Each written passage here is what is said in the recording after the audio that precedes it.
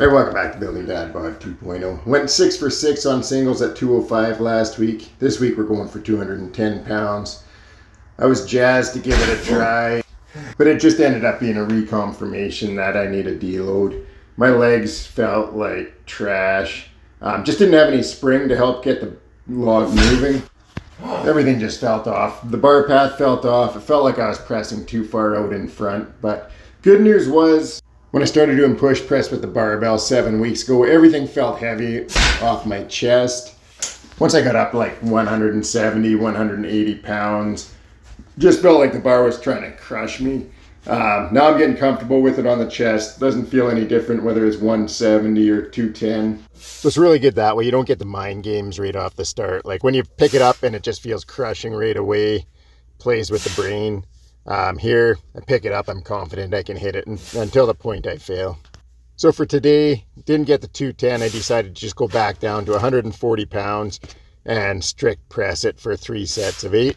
I haven't been doing much volume because the shoulder and bicep tendon been bugging me on overhead, but these felt okay, so it's going to be time to ramp up the volume a bit now.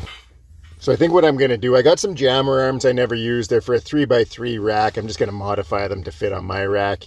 And then I'm going to use those for volume. I'm going to set them up with some spotter arms. I'll show you the setup once I get it rigged up. And then I'm going to hit the barbell for a few weeks here. Maybe the axle bar even for some heavy reps. So I'll work my way up to some heavy singles with the axle bar or the barbell. And then I'll do some back off sets with the jammer arms. I know now at this point, singles alone aren't going to get me where I want to go. I need to add some volume back in. And I'm hoping the jammer arms are going to be a great option to add volume back in without irritating this shoulder and bicep tendon. Right now, as far as weighted speed pull-ups today, we're up to 30 pounds. 6 sets of 2 weighted, and then I did 10 sets of 2 with just body weight. And same thing, every session we just go up by 2 sets weighted until we hit 16. There's a look, it's the body weight. So definitely the speed and power is getting slowly increasing on body weight. This was Monday night's workout. Wednesday night, I'm deloading now. I did a calisthenics circuit. Did some high rep pull-ups or higher rep pull-ups, and man, that was humbling. I haven't done high reps for a while with body weight, so I got to start adding more pull-up volume in now too to see if the bicep tendon can handle that. And so next up, we hit low rows on the cable machine. So just 210 pounds here. I changed handles, went to the Swissies. So we went away from using the supinated V handle to using the independent handles, so making both arms work hard, and I can get a little bit more range of motion with these two because the handle doesn't come back and hit me in the gut. Now, I've been talking about building shoulders, how I like to work them, so this is a superset that I think is super effective if you want to build your side and rear delts. So I'm starting really heavy on rear delt flies. You can see I'm just doing whatever it takes to get the weight moving. I'm using momentum. Doing as many reps as I can here, then I just go down right away, drop the weight, 10 pounds, carry on. Now, if you don't have a cable stack, you could do this circuit effectively with dumbbells or bands. If you're going to do it with dumbbells, you would need an incline bench for the last 2 exercises to make them work. You're going to see me drop the weight 3 times on rear delts. Once I'm done that, then I move on to side delts. Put more weight on it again, and then start all over with drop sets. And the circuit overall, there's a ton of reps total, so I only do 2 rounds of it. Now bear with me, I'm going to show this whole thing in real time other than the transitions between exercises.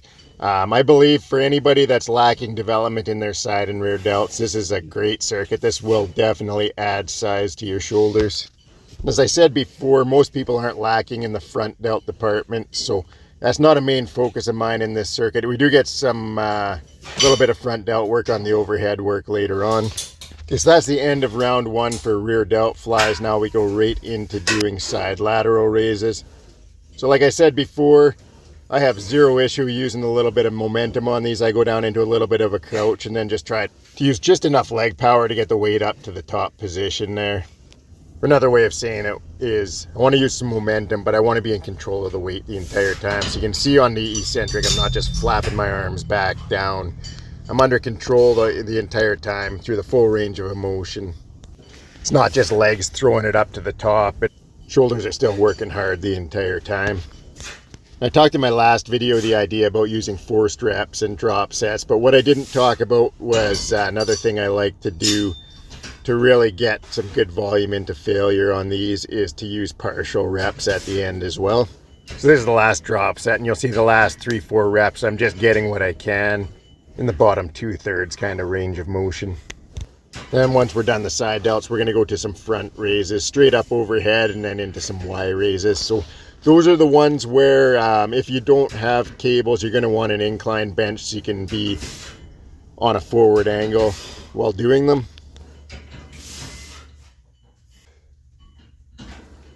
All right, so now we're on to, I guess we can call them both Y raises. So these ones I go more straight up overhead. Obviously the arms are bent, but I do them narrow, and then once I'm done a set of these, then I go out even wider, hit another set wider. These will really finish off the upper back, rear delt area. And then as soon as we're done these, we go into a seated high row with the cables. At this point, I'm not doing any drop sets, but you'll see I am using a little bit of a dip, using some leg drive, and then we're using some partial reps to finish these off.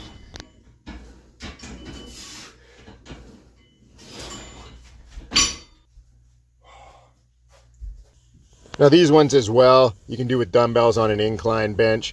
Just get your dumbbells straight down and try to bring your elbows up close to shoulder height. What you're trying to do is pinch those shoulder blades together at the contracted portion of these. And again, these are going to hit the same from your rear delt straight across your upper back to your rear delt. Get everything in between working. All those muscles that are really important, but a lot of people neglect.